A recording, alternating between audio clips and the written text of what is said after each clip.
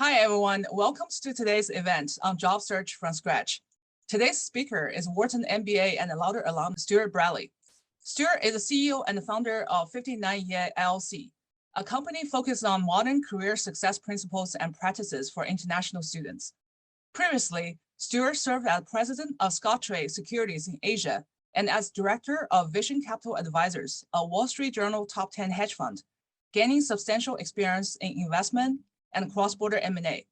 He also worked in the investment banking departments of UBS and HSBC. Please welcome Stuart Bradley. Hey everyone, how's it going? It is 7 a.m. here in St. Louis, and if any of you are awake at this time and you're in the United States, hats off to you because it is early over here. I'm gathering most of you are in China, so the timing should be just right. I'm probably going to speak in English most of the time. Could you guys confirm that that's okay? I can also use Mandarin, and I might use Mandarin a little bit, but it's just in the chat. Let me know if that's okay. If you have any problems with that, let me know. I can kind of cover some things, but is English okay? And it's cool. All right, thank you, thank you. And then let me know what city you're listening from. I want to hear just the diversity of where people are today. Some are in Shanghai, I'm in St. Louis, Beijing, awesome. Welcome from Beijing, welcome from Shanghai. I know we have our Penn Wharton China team. Some are in Philadelphia and some are in Beijing, so that's perfect. Let me just go ahead and share my screen here. Boom, we just did the introduction, and I'm going to do some introduction myself here. But first, I just want to say something about this whole virtual thing, because I know it's in some ways super difficult, because here I am on the screen and you're there. And when it comes to job hunting and getting interviews and offers, we really think that these things should be done face to face. And trust me, they eventually will be. And the virtual thing is something that actually will help you in the long run.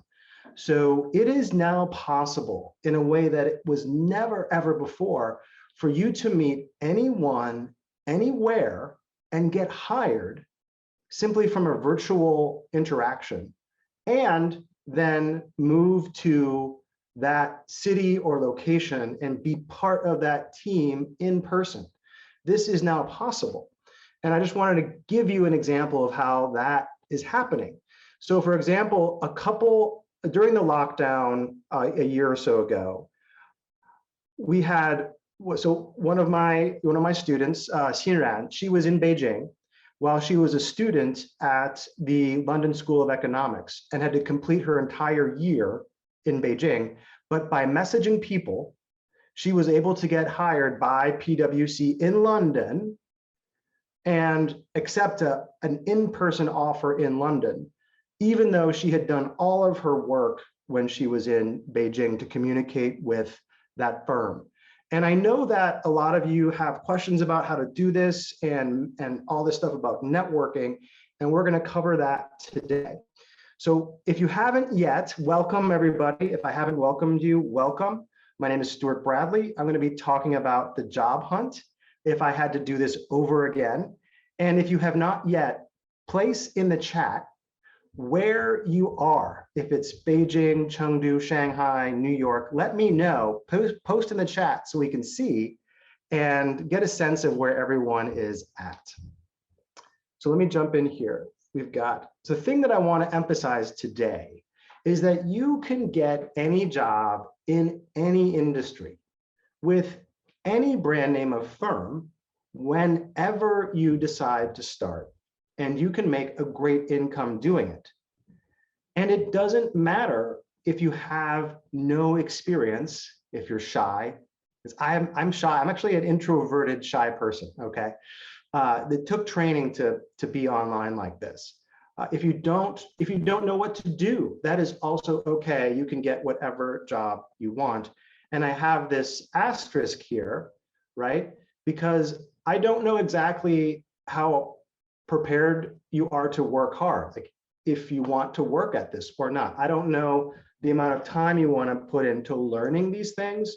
So I don't know exactly what your situation is, but I do know that you can achieve whatever you want to achieve in your job hunt. And that's the spirit of what we're going to talk about today.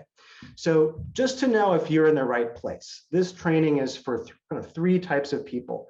So if you've studied in the US and now you're back home wherever you are, and you're interested in succeeding in the job hunt, maybe you're still in the US, but you don't have any experience. Or you're in the third category. Maybe you never went to the US, maybe you never studied overseas, it doesn't matter.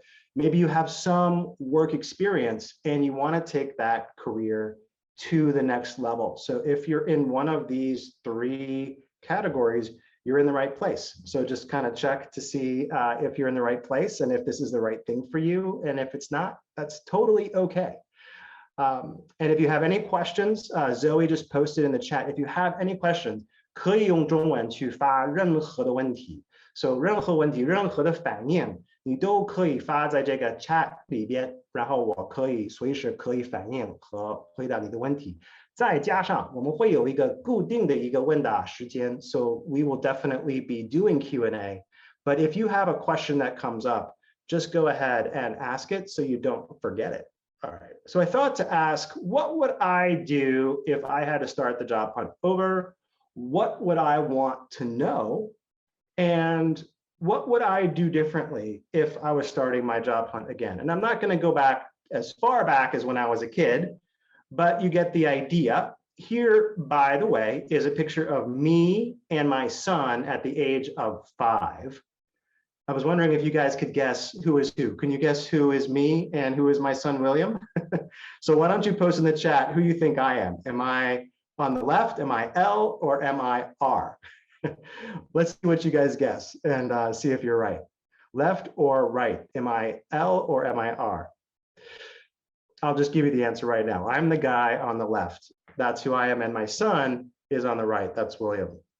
So I'm not going to go this far back in terms of starting over. I'm going to start here. So here was my problem. I had always been a student on a campus in the US and in China. And when I was in China, of course, I was an international student at Tsinghua and at Beishida. So hello, everybody from those schools. But never as an undergrad or as a grad student did I have mentors to guide me. And well, except for the mistakes that I made. So these sometimes were pretty big, and these were my mentors, actually. So I wanted a job, and in fact, the society required I needed a job, right? So I had to 入社会, right? But I didn't know how to act outside of the campus with other professionals. I had no idea.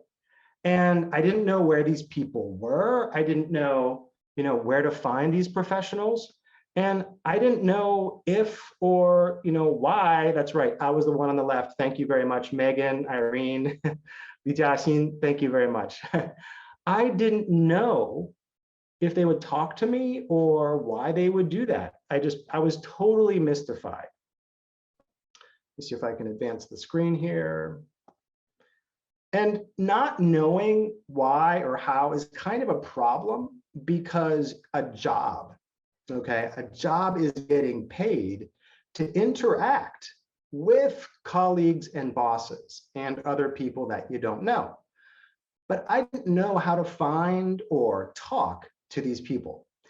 What kind of people should I talk to? What work did I want to do? What kind of companies are even out there? I really had no idea. And here is an early attempt of me trying to get off campus when I was an international student and talk to people. This was my attempt to network.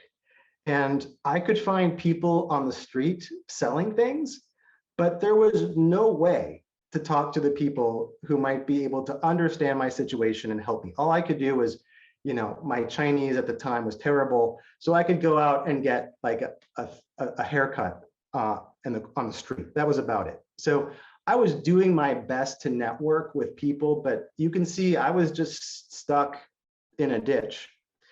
alongside the road. I could get a cheap haircut, but that was about it. I was not about to meet anyone who could possibly assist me with my career. And that was really how I started out trying to network with people. And later, when I went to grad school at UPenn, I still had no idea why firms would hire me. I was just trying to get a job. I just knew that's what I had to do. But something happened. Something had happened before grad school when I was an international student that caused me to find strong job hunt motivation. I still had no idea how to get a job, totally clueless, or what I wanted to do, but I had found a reason to try. And she was the one. Yes, that's right. I had met a very special person just before starting graduate school when I was in Beijing.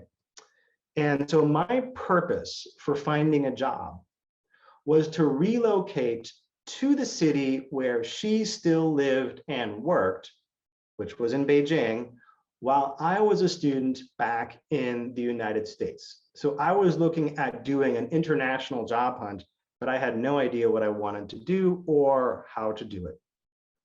So what people did in jobs, what jobs paid what, none of that was my main concern. I just knew I needed my internship and full-time job to serve this bigger purpose, which was to get the girl. That was it. So for me, my big strategy for my job hunt was internship, get engaged, get full-time job, get married. That was it. And if you're wondering how it worked out, well, 16 years later, it's worked out, okay? So things have been good, but this was a struggle. And that was when I started to make a lot of mistakes. So I had a lot of setbacks and embarrassing moments, like the time when I was doing my internship in Hong Kong at Goldman Sachs. I had no idea how to do the work that was asked of me, since the work was different than what the finance major at Wharton was teaching me. And that might be the reason that I got thrown into a pool at the end of summer party for interns, or maybe I just wasn't that clever. I got thrown into a pool and I thought my life was over, but very embarrassing moment. You know, at the time I had no professional focus, I had no experience. And these mistakes, like getting thrown into a pool, seemed to slow me down. But they were actually important instances for me to learn 很重要的学习机会. Still, my goal was to have a globally recognized employer like Kaohsiung, right, to hire me and relocate me across the ocean so that I could make this relationship work. So in Hong Kong, I succeeded in proposing and the proposing for marriage and the engagement worked out, right? So then the next thing for me was to find this full-time job. Eventually I did. I worked at HSBC, at UBS.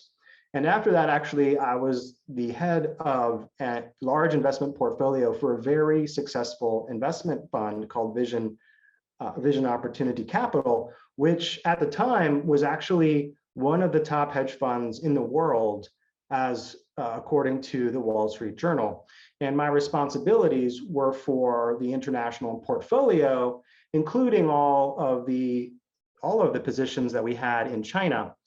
And I could talk for hours on that. I'm not going to, but I was able to go from zero experience in finance to the top of my field within just a couple years' time, using what I'm going to teach you today. So this is the real deal. The strategies and methods you are about to discover here are the exact same strategies that I use to personally climb the peak of my chosen industry, to that peak in just a few years' time, in this case, 4. But more than that, these methods completely changed my life. So when I talk about doing the job hunt over again, actually at the time, I didn't really know what was working or not, but these things that I'm going to teach you were working, and they changed my life. So using what I'm going to teach you, I was able to join this top hedge fund in New York City, and I was able to buy this completely awesome apartment in Beijing and completely change my life. And more important than that, to change my family's life as well. And I was able to join a whole new awesome family in China with some really awesome people. So this is the extended family in Wuhan. You can see me there with my wife. And here we are at our one of the, I guess, her 老家 in 应该就是武汉的一个周边的一个小村子. So I was very lucky to join an amazing family in China, and that's probably the best thing that ever happened to me. So today I help international students communicate professionally so that they can get suitable jobs. And here she is, here's my wife, and we were able to make that relationship work. So my approach is T2C, which means teach to confidence. It also means teach to certainty of an offer. So in other words, I'm interested in using the job hunt as a training ground to build your confidence. An example would be showing people how to develop their own networking connections without having to pay a coach $100 or $300 anytime you wanted to have a conversation with somebody in another firm. You can learn to simply set up these calls on your own. And I want to resist the industry trend in coaching to try to productize these connections or productize social skills. I want to teach people how to get offers with certainty as well, so that they have a guarantee of an offer by taking the right steps. And so let me just see, I can't see at the bottom here. So this is what I mean by to think you can achieve and get an offer with certainty. So that's my philosophy here. And I work with a lot of people. I work with a lot of people to successfully go from kind of having no background or experience to jumping into some really amazing firms. So I'm going to show you how to start getting interviews and offers without significant prior experience or other special advantages. So here is what we're going to cover. Now, let me just make sure, does anyone have any questions? If you're just joining, welcome, welcome, welcome. If you have not yet, type into the chat what city you are dialing in from. We've got Beijing, Shanghai so far, me in St. Louis. If you're just joining, welcome. Here's what we're going to cover. 3 principles for job offer success, if time allows. I'm going to probably just cover 1 today. And if we want to keep going, we can. The 2 keys for you getting hired, like I say, like a boss, so being successful at this. And then the 3rd thing is doing your 50%. So I have some good news here, everybody. All you have to do, so this is the good news. This is such good news, I'm going to just stop the screen for a second here. All you have to do is your 50% in the job hunt. Your 50%. You don't have to get a perfect score or a 4.0 GPA in the job hunt. Just do your 50%, right? Just get your part done, because the companies will do the other part, okay? That is very good news in the job hunt, because you don't have to be perfect at this. You just have to do your 50% on this. So let's start with the principles of success for getting interviews and offers starting from scratch. So the 3 principles here are, number 1, and you might want to take a screenshot here if you want, you're welcome to. People hire people, not resumes or GPAs or legal status. People hire people, not resumes, GPAs, or legal status. So for example, when I was in UBS in Beijing, 瑞银证券, right, in 金融街银廊大厦, it's true that when I interviewed people, I would only see people based on the resume, like 清华北大硕士生, 金融硕士生. It's true that that was the main way people would come into the organization. But if someone had networked with me, if someone had gotten to know me in some other event, I would also be happy to interview them and maybe bring them into the organization. At the end of the day, people hire people, not the resume, your GPA, or your legal status. The second is finding the right learning curve is key. So in my case, my learning curve was a bit crazy, right? Like I was getting thrown into swimming pools and things like that. I mean, that was a tough learning curve, but ultimately very helpful and that internship at Goldman Sachs that I had, it did not go well. I did not get the return offer. And that was probably the best thing that could happen to me because I started to learn the things that I actually needed to know to be successful in that field, okay? So there is a learning curve here that you want to be okay with, basically. There is a learning curve, and the higher you want to go from where you are now, the higher that is, the steeper that will be, okay? And then inputs driving outputs, meaning if you on the output, you want to have a job where you're talking with people and you have bosses, then your input, even though you're not getting paid, will need to be talking with future colleagues, future bosses, which does relate to point number one, that people hire people. So we're going to cover that first. Now, our time is limited here today. So while I want to teach you as much as I can, I also understand there could be too much information. 再加上我在用英文, right? So maybe I'm moving too fast. Maybe this is information overload. So if at any point you are confused, just let me know. I can slow down. And if at any point you have a question, just post it in the chat and the UPenn team will bring it to my attention. I can also see the question, so you can just post them in there. If you're on the WeChat live streaming platform, welcome. Or if you're directly on Zoom, you can post right away. So I think for today, we're going to cover just number one, which is that people hire people, okay, not resumes, GPAs, or legal status. So let's jump in there to this one. So if you are on the job hunt right now, wondering if anyone is going to think if your resume or your experience or your GPA is good enough, the point is that this does not matter, okay? What's on the resume, good or great or not, good, maybe not great, it's not going to be what gets you hired. It never is. I know that job fairs and the resume sending is still considered the main way to job hunt. People right now are getting told, hey, it's time to get ready for the Chinese job fairs, et cetera, time to get ready for those job fairs in China, for example. Here's the deal. If you are going to apply to jobs, if you are going to go to job fairs, if you apply, you will need to follow up with the right people, okay? So applying is great, but you will need to follow up with the right people. And sometimes you don't even need to apply to jobs at all in order to get the results that you want. And so if you stick around to the end of this presentation, I will send you a personalized list of people that I recommend you meet in your current job hunt. I've got the fancy recruiter version of LinkedIn.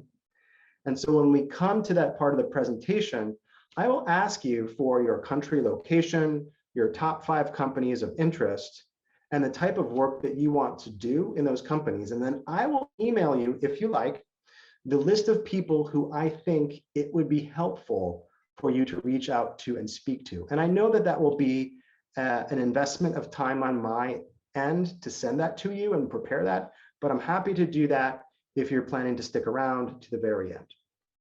So people hire people, not resumes or GPAs. Okay, Stuart, show me the goods. How is that true? Well, I want you to meet Ariel. So Ariel was someone who was starting her job hunt from scratch, who previously had an internship at her university in Chengdu. Anyone from Chengdu, hello out there. I love that city. So she had only had an internship with her university in Chengdu, right? Like the 对外办公室, this kind of, campus job. I'm sure you're familiar with that. And she she's trying to get off campus roles with large firms. Now that she was in grad school, right? Now that she was in this new campus, she wanted to actually get off campus. So let's talk about Ariel for a moment, okay? Because it's helpful if you understand her background. So what does Ariel love? Ariel loves baking cupcakes. Anyone who loves baking cupcakes, raise your hand, heads up. High five for those who like cupcakes. She likes photography. She likes taking vacations. She likes animals. But she's not actually really interested in her supply chain concentration, but she figured out, well, this would be a practical major if she wanted a job. So she was studying Chinese Lian, right? And this wasn't really her thing, but she was just trying to be practical about it. And so this is what Ariel loves. And she wanted a job off campus. And what Ariel hates is applying online. She hates rejection. And she hates not hearing back. And I don't know about you, but I think we're probably all in the same boat there. We probably all hate applying online, rejection, and not hearing back. Surprise, surprise, we're humans. That makes total sense. This is a picture of me working with one of the business schools on a job hunt intensive where we are getting together and still sending out applications, but we're planning to follow up with people and meet the right people. So Ariel hates doing all of this, and I'm sure you do too. I know I do. She hated rejection so much that she had a special strategy every time she would apply online. Number one, she would apply to the company. Step two, she would reject the company first by forgetting that she had applied, and she would never check the status or the follow-up, or she would never follow up. So she would apply, and then she would reject the company right away and just pretend that she had never applied as a way to cope with the difficulty of applying. And does anyone do that too? When I heard this, I was touched. I mean, this is why this is a story for me today, because it is painful to apply and get rejected. And so her strategy was to reject the company before they could reject her. So we had a conversation about how to generate more interviews. And I introduced her to the concept of reaching out directly to the people inside the company who make the hiring decisions. And after she started to reach out to the leaders in her target firms, she was hired almost immediately. So I will let her describe for you how long it took for her to get hired once she started connecting with people and not just applying online. Okay, so let me just check here let's see here. Zoe, are we doing good on time here? If we're not, just let me know. So I'm going to talk to you about how quickly she got hired. So this is what she said. She said, Stuart, well, actually, it did not start with the online application. I first got in touch with the global supply chain vice president, talked to him, and he referred me to the VP of logistics. First time, the VP of logistics did not show up for our scheduled call. And then I called back to Emerson. So she was supply chain, and Emerson was a big firm in that space. Mo Sheng, for those of you who are not familiar, Mo Sheng, to find out that the assistant who scheduled our call went on vacation. So I scheduled another call with the new assistant. Then in that call, the VP of logistics told me they are thinking of having an intern. Okay, we're doing okay on time, great, thank you. Tuesday, I got the HR email telling me I should apply. I got a call from the director of organization development on Wednesday. She told me that she will follow up with the VPs. And then on Thursday, I got the verbal offer phone call, that's it. And then she went on to get the formal offer and had the experience. Now for me, this is kind of unique because at the time, I don't think Ariel was actually ready to participate in interviews. Okay, so actually, had she needed to go through the interview process herself, I'm not actually sure she would have passed through it. Okay, she actually got this job with Emerson, which is a 500强前120级的公司, without any interviews at all, because they were having a strong urgency to hire someone right away. So that is kind of the power of reaching out to people directly. And I know that this can seem like the scariest thing to do and not the right thing to do, because culturally, we have been told, do not talk to strangers, right? And 不要接触领导, right? Don't talk to leaders, right? And that's part of what we've been told throughout growing up. But when it comes to getting a job, if I had to do this over again, I would thank my ancestors and my society for that message. And then I would also realize that what I'm trying to do is get hired to get paid to talk every day to colleagues and bosses. And so what I need to do now is start getting good at doing that.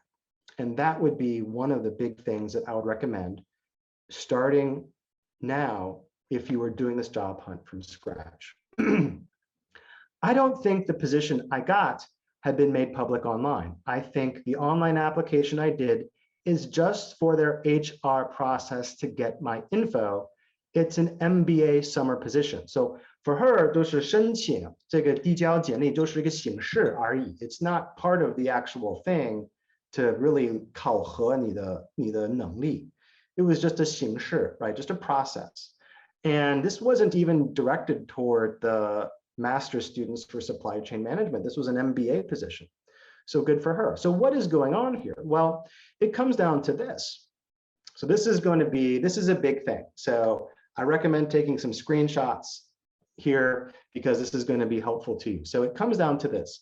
Humans like to save time and effort.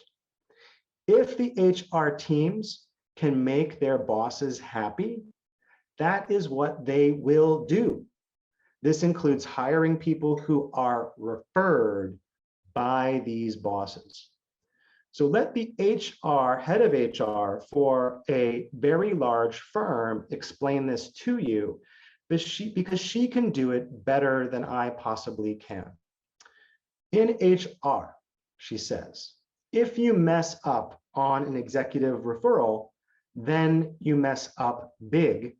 So we just move you through the process. We have to move so quickly.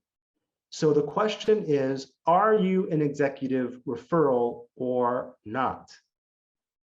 So the idea here is, if you are doing lots of networking, but it's only with the 师兄师姐, and you're not talking with any decision makers or leaders, you are going to find that your networking isn't going to produce very good results, because the HR teams are just trying to save time, and they are going to prioritize those people who are getting the referrals from the decision makers. And that's just human behavior and just people wanting to save time. And it's not personal, it's not against you, they're not trying to be mean. They're just trying to get through their day and get home to their families and keep their jobs. So the next time you are engaged in a job hunt, maybe starting from scratch, remember that people hire people, not resumes, GPAs, or legal status. So there's no such thing as a perfect candidate. And what matters most is whether you get in front of people. And I can understand this feels very different from how you were maybe raised and what you were told about speaking to strangers, speaking to people of authority, because your future job is about getting paid to speak to strangers and leaders and bosses. Your job now is to learn how to do this well, so that one day you can get paid to do it. And so another way I like to think about this is that you need the job offer. It takes interviews to get the offer, right?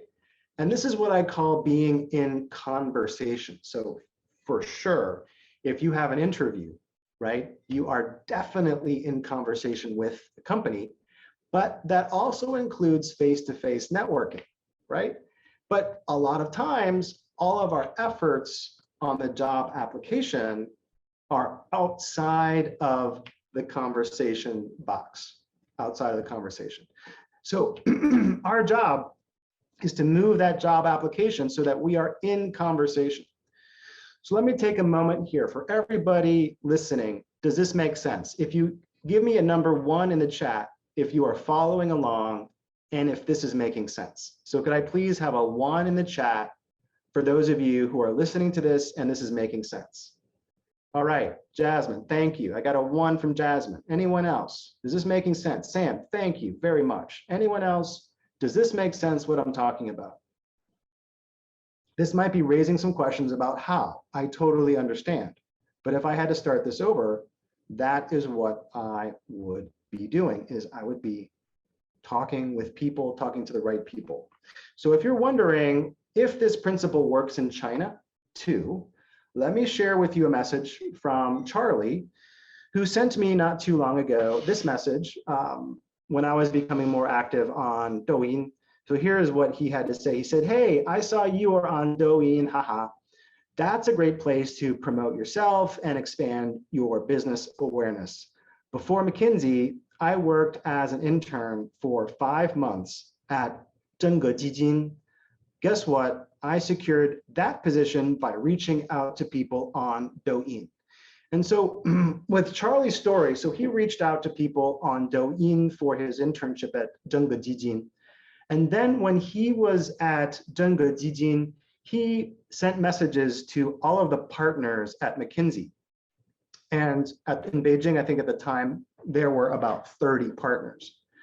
One of them responded, and Charlie invited that partner to Zhenge Jijin to give a talk, to give a presentation. And the result of that effort was that Charlie was hired into McKinsey, okay? So that's part of the power of reaching out to people. And you might think that this stuff doesn't work in China, but it actually works it works great in the United States. It also works in China.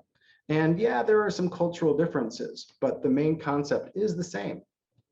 So people hire people, not GPAs or resumes. You're welcome to take a screenshot of this and save that to your computer if you want.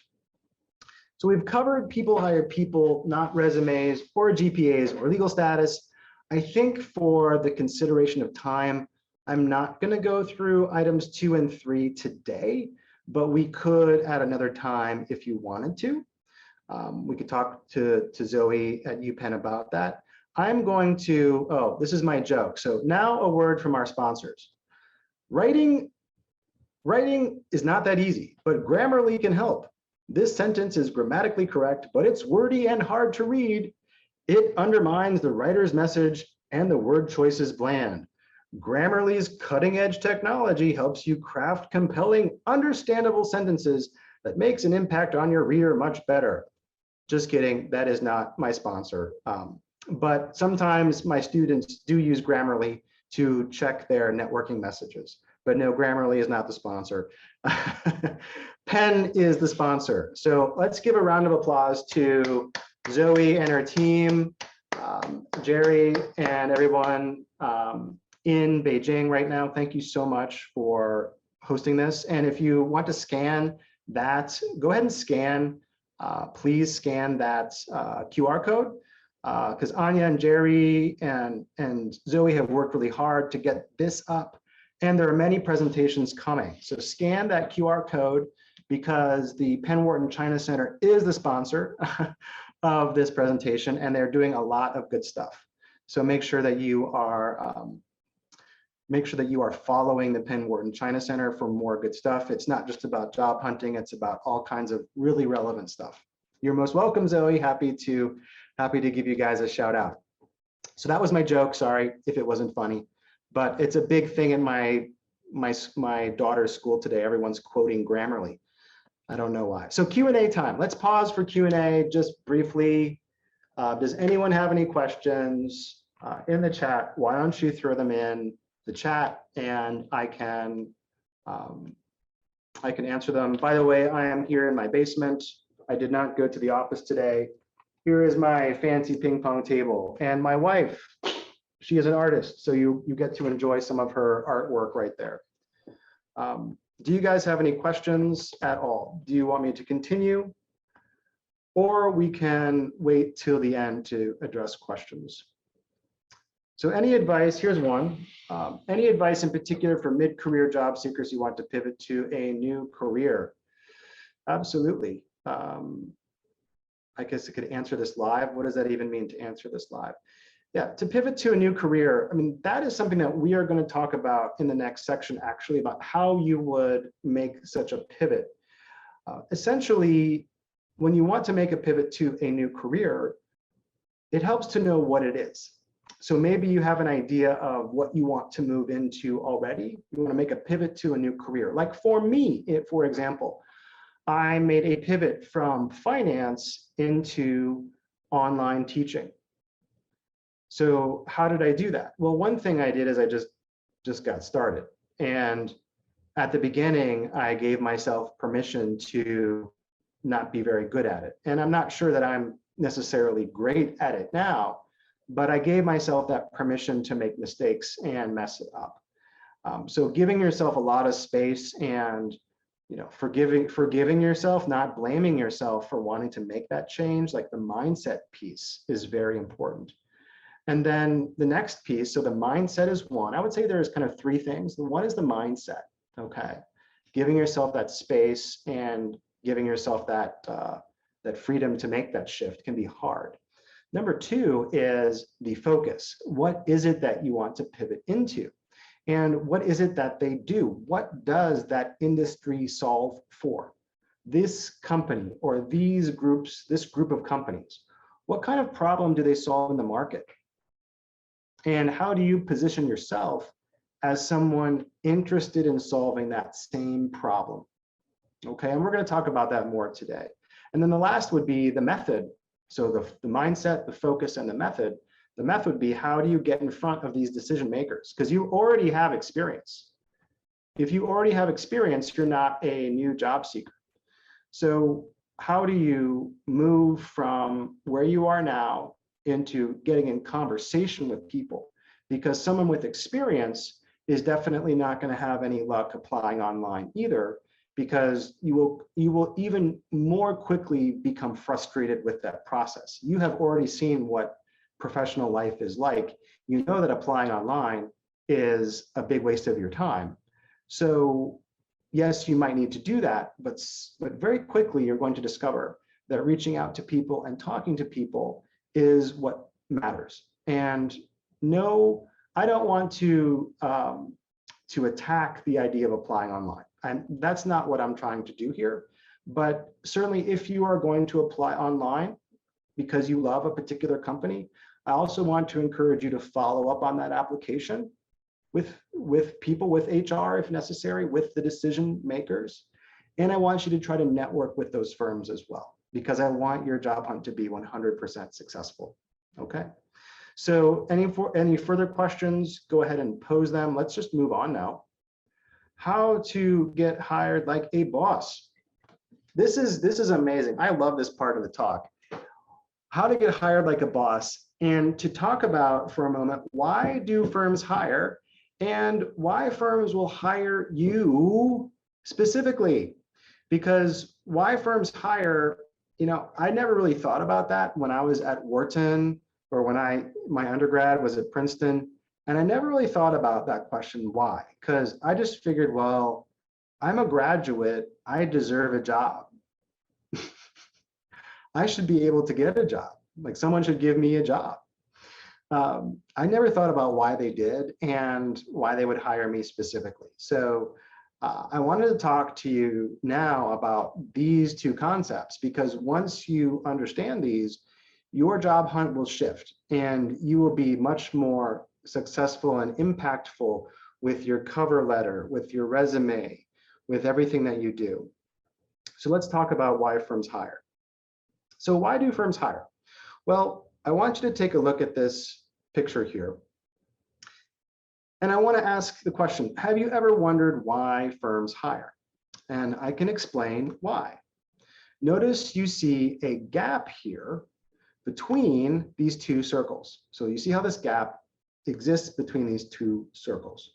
Firms, companies, have a current situation or state, which is where they are now, and they have a desired situation, which is where they want to arrive in the future.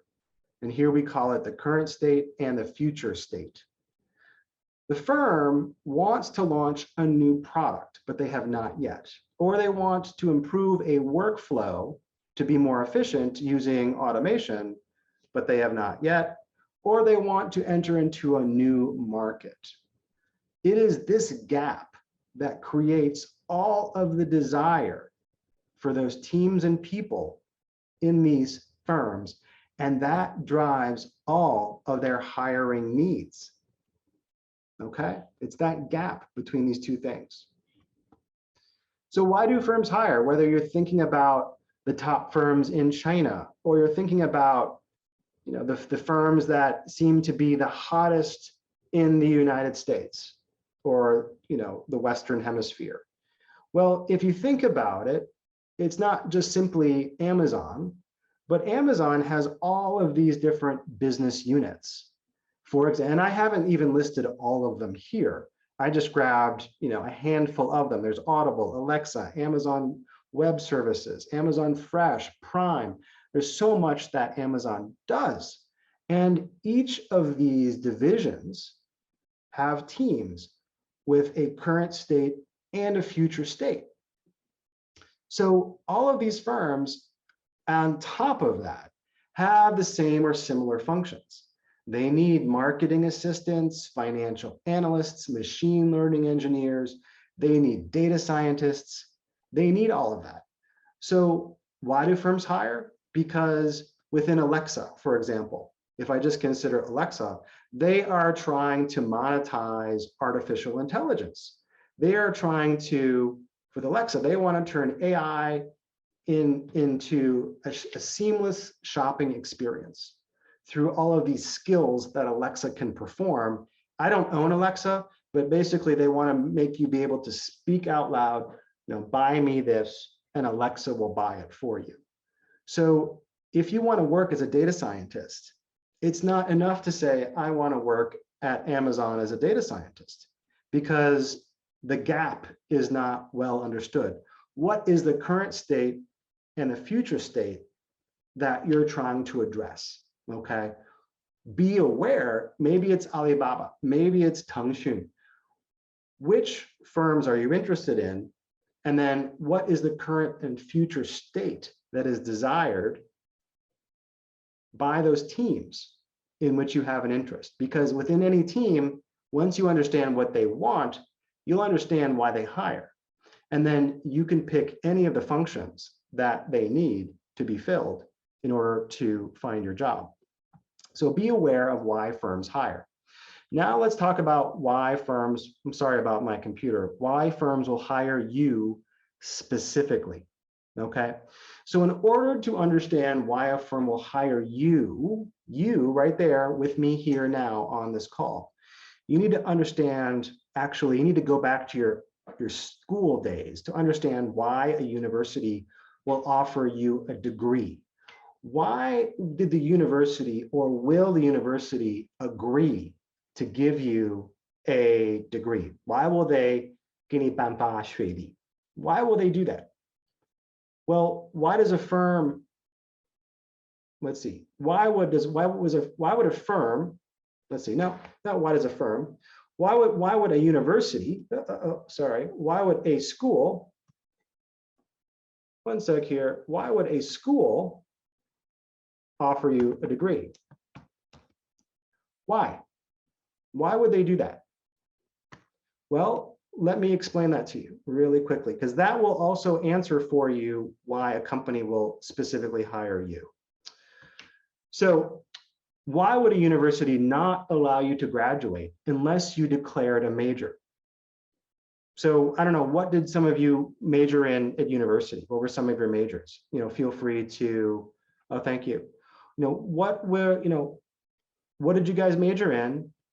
And, probably as a sophomore, if you're an undergraduate, right, you had to declare a major. I had to declare a major in order to graduate from Princeton, right? You had to declare a major to graduate from your undergrad at UPenn, or for graduate school, right? A graduate school will not even let you in unless you commit to a particular concentration or track or focus. So why do they do that? Why would they be so strict? You know, are you allowed to graduate from school because you're a good person and you pay your tuition? No, they don't care about just those things. It's because you declared a major. So why is that so important? Well, with a major declared at your school, your university will know exactly what courses you will take, exactly what professors you will have, and they will see exactly how you fit into their organization, okay? So no university today will allow you to graduate without a major. I'm sorry, you can't just 修学这个,修学那个, and then graduate. Graduate students can't even be accepted into a program unless they declare a major or concentration as part of their application. So firms also operate in the same way. So a firm operates just like this. Once you show them how you fit into their organization, they can see, okay, you are a fit with a problem they need to solve, and then they can find a reason to hire you. So therefore, it is necessary that you declare a job hunt major in order to get hired. So if you're just starting the job out, if you are changing, if you're pivoting careers, like that person who just asked the question, or if you are new to the job hunt, declare a job hunt major. Be very specific about the kind of job that you are going to go for now. Even if you feel like it's hard to make that choice, you just need to choose something, okay? Because over time, that choice will give you experience and help you understand maybe what you like and don't like to do in the future. But for getting hired now, you need to declare a job hunt major.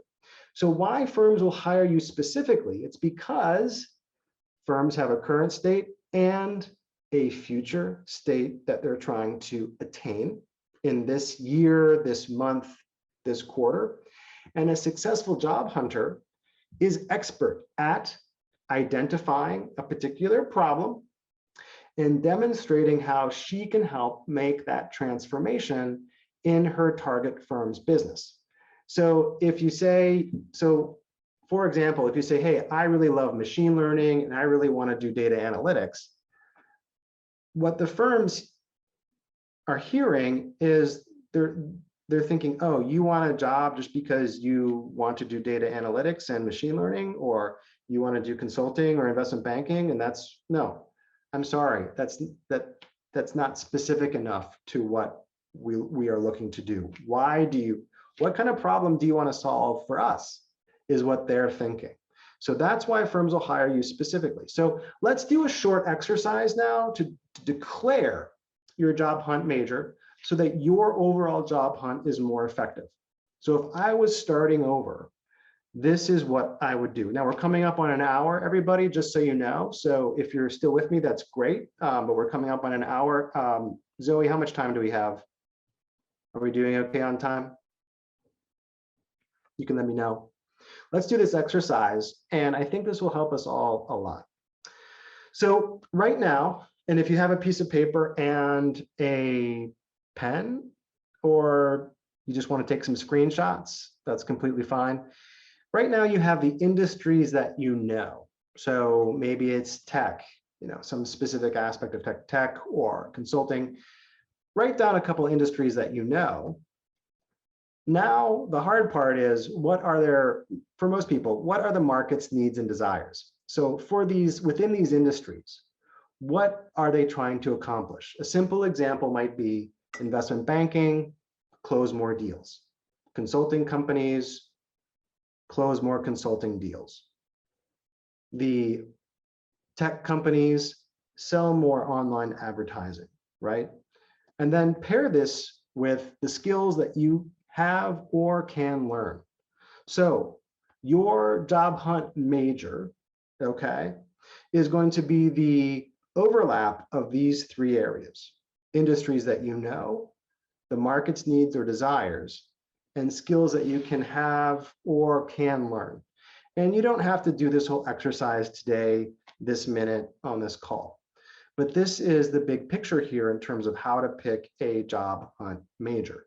It is, what is your basically your job hunt focus going to be that overlaps these circles? So boom, yes, that is the most important. So that was the exercise we just did on the job hunt major and why firms hire and why firms will hire you specifically. So they're just trying to save their time. They don't mean to be rude. They do have to look at lots of people. And it's just that small number of people who really understand what these companies are looking to do and position themselves as a solution and ultimately get hired. So let's move into part 3. You guys have been great. I really enjoyed having you here. I know it can feel really tough doing this whole virtual thing, but trust me, doing these things well will result in real in-person relationships, and it's worth it. So doing your 50%. If I was starting the job hunt again, I would remind myself that all I need to do is my 50% of the job hunt. And I would trust the companies of my interest to do their 50%. The sum total of these is 100%. And my getting hired by the firm of my choice would be guaranteed. So my 50%, their 50%, 100%. So what does it mean to do your 50%? Oh, something in the chat. Let me just take a look here. Maybe it's Zoe. Oh, thank you. Thank you, Claudia. Thank you very much. I appreciate it. Claudia says, love the conclusion, position yourself as a solution. Absolutely. Absolutely. Position yourself as a solution. And part of that, just to touch on what Claudia said, people, what I used to do too when I was at Wharton in the MBA program is I would apply to Blackstone, and then I would apply to Alcoa. So Blackstone is an investment firm, right? And then I would apply to Alcoa, the aluminum firm. And then I would apply to Ernst & Young, right? Meanwhile, I'm just trying to find any job that would get me over to China so I could get engaged to the girl, right? She was the one. And then a full-time job so that we could get married. But I was just going in all of these different directions. And because I didn't pick a job hunt major, I could never position myself as the solution that the companies wanted. And so my branding was terrible. My branding was something like, I want a job. So you will always have a choice in the job hunt. You will either brand yourself as a job wanter, 求职者, right? Or you will brand yourself as a problem solver, right? 解决问题的人. So which do you want to be? And I'm just suggesting, if you're starting from scratch, that it's easier to be very specific and pick something. That way, you will have the lens, you will have the, I guess we will say, 分辨率, right? To really get clear on what problems a particular industry or sub-industry has. Then you can position yourself much better. All right, let's get back to it. Yep, happy to share that. So let's jump into the rest of these slides. I know for those of you, it's getting late in Beijing, maybe not that late, or China, or wherever you are in China, welcome. I doubt there's anybody from the United States getting up at 7 a.m. or 8. So except for Zoe. Thank you, Zoe. Again, I appreciate that. So what does it mean to get to do your 50%? That is the question. Okay, so doing your 50% means observing these 3 things. Evolving your job hunt focus, so picking something consistent with that, but evolving your focus. appreciating that every firm is a sales organization. Every firm is a sales organization. So you need to learn to sell yourself. You want to work for McKinsey? Guess what? They sell consulting services. That's all they do. You want to work for any firm. You want to work for, pick a famous firm. They are a sales organization. So they're going to be looking to see if you're going to sell yourself and if they can bring you into their club, right? And then knowing your numbers. So being aware of the job hunt numbers that you're producing. So evolving your job hunt focus is something that I think is challenging. It was hard for me because when we get into university or just start out, we are a generalist, okay? We are put into a bucket, like I am a finance major at Wharton, or I am an engineering major in this graduate school, or whatever it is. We are generalists. And so we kind of think, all right, well, I want to do business analytics. And that's just kind of where we start. I want to do business analytics because that's my concentration. The next level up in evolving is getting some sort of industry focus. So part of doing your 50% in your job hunt is getting specific about what industry that you would like to do business analytics for, okay? Because every industry has business analytics. Every industry has data science.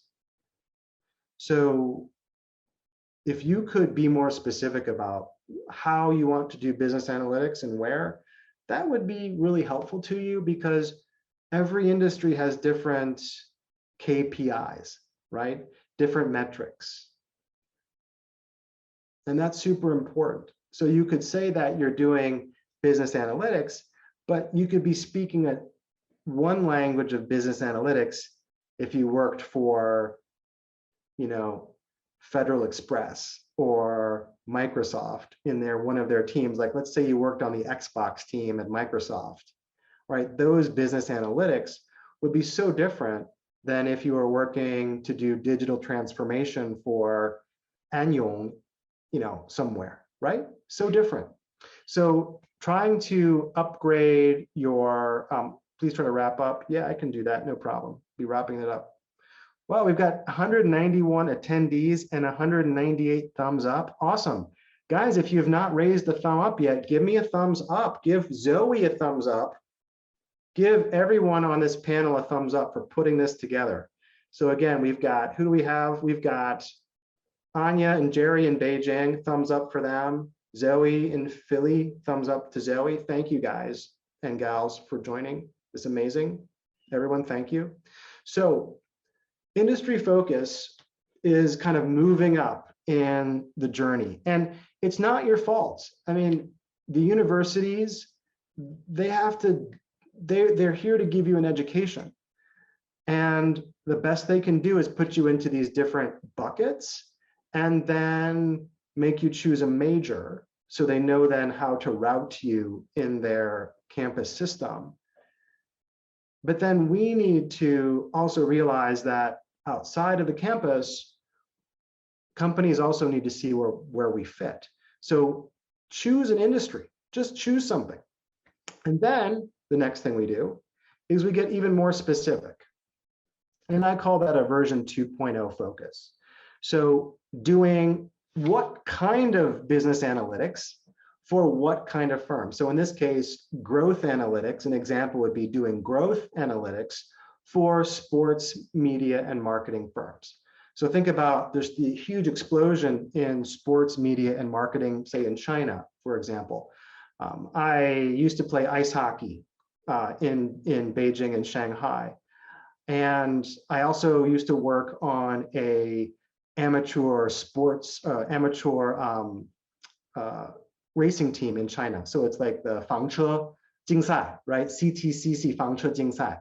And so there's so much, and that was a long time ago. So there's been so much explosion in that business. You could do that industry, but then what kind of analytics would you do? Would it be growth analytics? Would it be marketing analytics? Would it be cost analytics? Would it be inventory analytics? I want to encourage you, just for the sake of you getting a job quickly, I want to encourage you to be specific with your focus. And that way you're going to be able to speak the language of the right group. So in China, we have this saying, right? It's like, 到什么山唱什么歌，见什么人说什么话, right? And so 见鬼说鬼话, we're not going to go there. But when you get a job, right? You're doing the job hunt. It's like climbing a mountain. And think about the job, getting a job is like climbing a mountain. Can you climb two mountains? If there's a mountain here and a mountain here, can you climb two mountains at once? You cannot, right? The job offer here is on this mountain, and you cannot climb this mountain over here to get at the same time. Otherwise, you are always kind of stuck in between the mountains. So pick one mountain and then climb this mountain and learn the language, right? 就到什么山唱什么歌, right? 山里人他们有他们的方言，他们有他们唱歌的方式, right? So learn their language. That's how I interpret this for the job hunt. 到什么山唱什么歌. So learn how the people on that mountain speak so that you can learn how to climb to the top and get that offer. So that is what I mean when I say develop your focus as part of doing your 50%. That's the first part. So most people job hunt like this. This is how I did it. I have a training called Job Offer Roadmap, which talks about this in a lot of detail.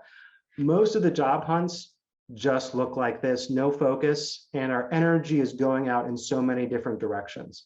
So like the person who was asking about making a pivot to another industry, try not to make a pivot to 10 different industries.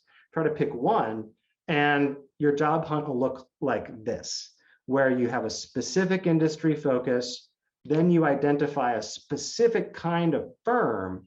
It could be 10 different firms within an industry or a sub-industry. And then we can understand the issues. And then we can have those rewarding conversations leading to a job offer.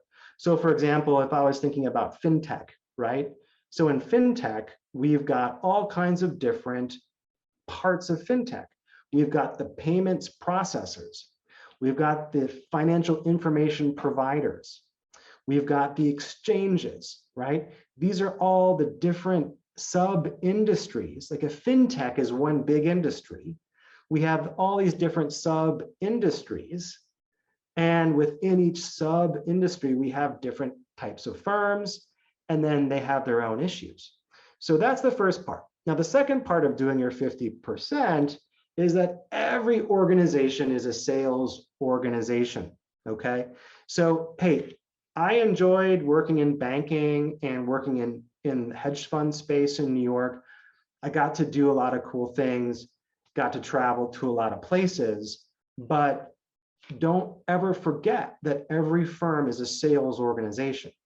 And I will never forget when I was hired by the hedge fund, I was told, someone, a really good friend, he's still a good friend, he said, Stuart, so I was in New York, and they said, hey, Stuart, you need to go to China and you need to figure out what investments we have there, because we kind of lost track. Go figure China out. And someone said to me, they said, Stuart, don't be that person that just goes to China and does a lot of networking and doesn't get stuff done. So don't just go there and meet a lot of people, like either make new investments for us or sell our investments, but figure things out. So wherever you're working, it's nice to have a really nice name on your resume or want to have a nice name on your resume, but just remember that all of these organizations are sales organizations. So remember that the job you're looking for is part of a sales organization, whether it's a service or a physical product, whether it's a role in data analysis or client management, all jobs are sales jobs. Even if you are, 后勤 or 后台的数据分析师, your clients are your team members who are consuming your information. And 他们消费你的信息更舒服，那你就更加成功, right? You are going to be more successful. So the company survives and rewards its employees based on how successful it is in selling.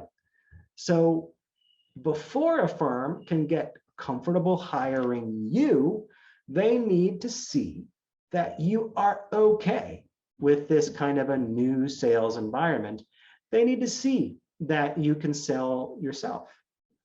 So in this job hunt, you are the salesperson and the product you are selling is you. So how good are you at selling yourself? An illustration might look like this. So let's say you stick around to the end of this presentation, and then you give me a list of your dream firms, and I send you a list of people inside your dream companies. You can then initiate a sequence of messages to them. And the last time I checked, LinkedIn was still working in China. And even if it's not working in China, you can still use it. You can use the US version of it to find people. So just as an example, although I just told you about Charlie who found his job on Douyin with Zhengge Jijin, think about LinkedIn, right? So you can think about initiating a sequence of messages, 1, 2, 3, 4, 5, 6, where you get to meet people. So having first connected with the people in stage 1, you get an appointment, and stage 2, you get an appointment.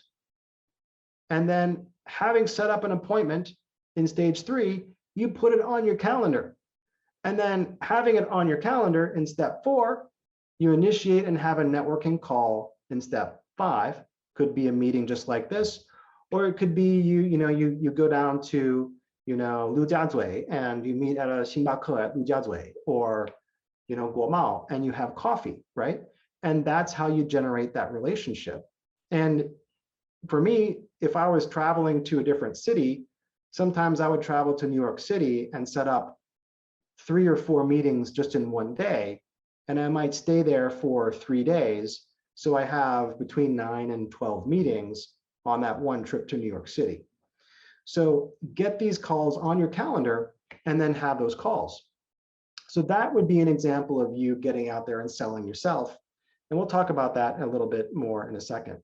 Knowing your numbers is pretty important. So, I'll talk about that later because we need to finish up soon here. So knowing your numbers is simply to say, it's helpful to know that when you start the job hunt, you are starting at the bottom of a ladder where you are invisible most of the time. No one has seen your resume. Nobody knows who you are, and that's okay. Okay. Now, I'm okay if you want to use your family members. I am totally okay with you using your family members and every connection to change that. But when you begin, nobody knows what you're interested in doing. Nobody knows who you are. So as you progress in your job hunt from invisible, maybe someone connects with you on LinkedIn or on WeChat. Okay, yawn, it's not that big of a deal. It's pretty insignificant. But if you take that conversation on WeChat to a meeting, then you're getting interesting. Then if you take that conversation to a formal interview, then you're getting to intriguing, or 有趣,很有趣, right? To irresistible, right? Irresistible. So irresistible means you're getting hired. We need to have Claire. We need to have Sam on our team. He is amazing. He is going to join. We need him.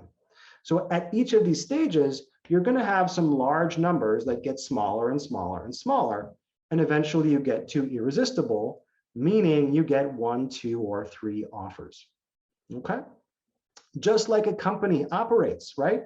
So in one of my previous trainings, Job Offer Roadmap, I talked about how companies try to raise your awareness, right? Through their messages, their advertising, right? Everything. Get your awareness, get your interest, get you to maybe buy, to consider, to 考虑, right?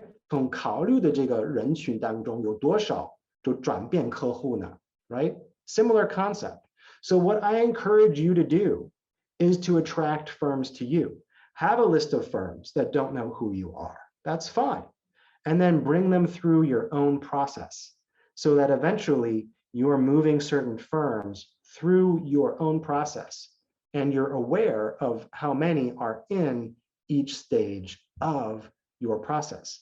So companies, you might think, use this funnel to source talent, right? So in week 1, all these resumes get scanned, and then maybe 25 or 30% get reviewed, and then maybe 10% get a phone screen, maybe 7 or 10% get interviews, maybe 5% get a second round interview, right? Companies are doing the same thing as well. And so I want you to take charge of your own job hunt by knowing your numbers. And I consider that to be kind of you doing your 50%. So what Alvin did when Alvin was doing his job hunt, he got hired into JP Morgan, got his offer letter. He was just talking with different firms, and it took him many networking conversations to make that happen. So what I think can work here is you get your industry, you just collect information, 左边上,这边左边上, all of the information you can collect about jobs, from job fairs, job boards, industry events, and then you get your company list. You produce a company list of firms you know you would love to work for one day somehow, right? And then we do a systematic outreach to these firms. We get in touch with them. Hopefully we can get video or coffee chat with them, and that will lead to interviews. In fact, when you get to this stage of face-to-face networking, those already are interviews because they are taking a look at you and understanding you and either going to help you on your next step or not. And that's essentially doing your, part of doing your 50% is being aware of these stages and steps. So for example, back to Ariel, right? So Ariel, she had Emerson as her target company. And you might think how she got hired was, well, Emerson needed talent and Emerson was professional. But there really are a whole bunch of random factors at play. So yes, Emerson was a professional firm. They needed an intern. Yes, they needed this talent to grow their firm. But there was a whole bunch of randomness involved where Ariel was messaging the vice president of Emerson, who then passed her on to somebody else.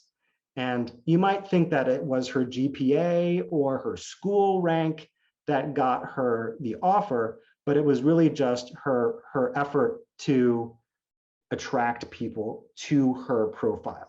That was the effort that she made. So doing her 50% was identifying these firms and realizing that not every company was going to respond, but that she could reach out and bring people through her own process. So just to summarize here, thank you for being here. And I want to give everyone a chance to, if you're still here, to let me know which companies you're interested in, and then I can go in and send you names of people. But before I do that, let's just summarize. The number one success principle behind the job hunt is that people hire people, not resumes or GPAs. The two drivers of interviews and offers are understanding why firms hire and why firms will hire you specifically. And we want to do something called declaring your job hunt major. So if you're sitting at home and your parents are there and they desperately want to help you find a job, you have two options, right? You can let them just kind of put you in front, oh, 你去见这个阿姨，你去见这个叔叔, right? And you could do that. Or you could be very clear, you know, mom and dad, I really want to work in sports marketing, in a multinational sports marketing firm as a business analyst. And then you could work through their contacts and their relationships. And their contacts will have people that they know. And you're going to be able to use your family connections in a much more successful way with a lot less random stuff, right? So if you're not careful, you might end up having really good relationships, but you don't end up getting the job that you want. So declaring your job hunt major is really important. Doing your 50% down here so that firms can do their 50% and hire you. Evolving your job hunt focus, appreciating that every firm is a sales organization, learning to sell yourself, and then knowing your numbers. And I think that's, yeah. So I think we're wrapping up here. Yeah, Zoe, we've done it. I think we've achieved the, the 9:30 end time. Yep. So I don't know how much time we have for Q&A. If it's just a few minutes, that's fine.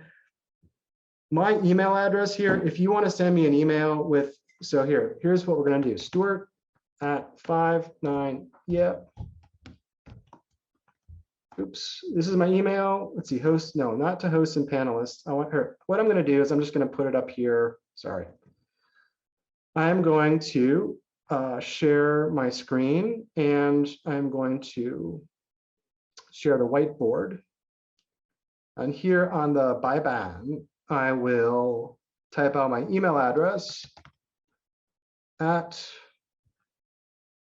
59yeah.com. And if you want to send me your choice of industry, choice of function, ideal function or role, and then your top 5 companies of interest. If you email me with this information and your subject, just write your name is fine. Just write your name, first, last. I will send you back from my fancy LinkedIn search function a list of companies that I would recommend you reach out and talk to, and specifically people within those firms that you can start reaching out to and networking with. And this could be firms to which you have already applied, or firms that you know you want to talk to as part of an upcoming job fair, because I know in China, they're going to be having job fairs coming up in the next couple of months. Feel free to email me and I will provide you with some more information on who I would recommend you talk to if you were just starting out. Does anyone have any questions? Zoe, do we have a hard stop at 9:30? So maybe I could take one question or so. Is that right? Yeah. So just go ahead and post in it. First of all, did you guys like this? If you like this, give me a thumbs up. Can I have a thumbs up in the chat if you guys found this helpful? Or a Y or a number 1, just let me know, like just type some random, did you guys enjoy this? Let me know in the chat if you enjoyed this. Yay, okay, yeah, I got a smiley face. Yeah, I got a brain. Thank you, Brian, for the brain. That's awesome. Cherry gave me a number 1. Yeah, oh, we got some thumbs up in the live stream. Thank you, live stream people. Icy gave me a 1. Thank you, Icy. Hey, this is really cool. I really appreciate. I enjoyed this. 这次用的是英文，以英文为主。如果大家有就是要写中文，用中文写提出来他们的问题，你也可以写，用中文写，我也可以回答。So thank you to the thumbs up people over in the live stream. Today I didn't have a chance to see you guys face to face. It was just me to 6脸, but I'm happy to do that. If there are no other questions, if you do have things that come up or questions that come up, what you can do is you can always email me, Stuart at 59yeah.com. I probably gave you a lot to think about. It is very different stuff than how I started my job hunt. And well, I think if you follow this advice, your job hunts are going to help you achieve a lot more, a lot faster, and hopefully not get thrown into swimming pools. Eventually, what happened in that investment banking experience was I really couldn't do the modeling or the analysis that was asked of me, although I thought that being a finance major in grad school would provide me with everything I needed. I don't think I was thrown in the pool because of that. I think it was a party trick, but I really was bad. I was a bad intern. I didn't know what to do. And so I just tried to find any project I could work on. And I eventually worked with one of the other bankers to try to find deals. And I thought that was the best thing I could help do, is to go into China and help Goldman Sachs find more deals to do on their private equity side. So then when I came back to campus to continue my job hunt in banking, because I did not get the return offer, I had this bullet point on my resume, which was basically saying that I had helped Goldman Sachs to source, a hotel deal in, I think it was in Nanjing. And I had had an interview, and after that interview, the person who interviewed me was actually pretty upset with me. They're like, Stuart, how can you write that bullet point on your resume? That is the most stupid thing that you could possibly do. Don't you understand that summer associates and analysts don't do that stuff? And I'm thinking, oh my God, I totally did not understand what my function was in that internship.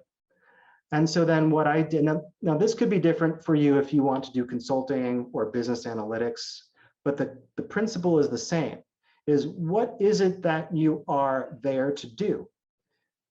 And learn how to do that thing. So in my case, I didn't know modeling and I didn't know a lot of these things. So I had to actually, fortunately, UPenn provided some trainings, some third-party companies. So 第三方的培训机构, right? 第三方培训机构. So they brought some companies onto campus where I could learn for the first time, finally, how to do these things. And, oh, okay, this is how you do modeling. This is how you do this kind of analysis. And so I was much more effective in my subsequent investment banking jobs because I finally learned, right, what I needed to do. But I was coming from a background that had no finance at all. And so I only really learned these things from making lots of mistakes. I'm not saying you're not going to make any mistakes. In fact, I would hope you would make some mistakes in your job hunt. And I would hope you would be okay with that, because that's part of learning. That's part of getting better. It's better if you don't get thrown into a pool. But of course, you'll make some mistakes, but at a higher level, right? So 更高质量的错误, right? So there's always going to be some 试错 or trial and error associated with your job hunt. Don't try to remove that entirely, because you can't. But these are some of the things that you can do to make sure that you succeed faster, you're able to aim higher, and have the job hunt that you want to have the outcome that you want to have. So that is it for the presentation. We are now at 90 minutes. Thank you for joining. I appreciate it. If you haven't given Zoe and team a thumbs up, please do that. And then scan the QR code that you have seen on the presentation here. I'll show this one more time. Right here. Scan this QR code for more Penn Wharton events and more of what their great team is doing. And maybe I will see you all again. So thank you, and have a really good rest of your evening if you're in China, or morning if you're joining from the United States.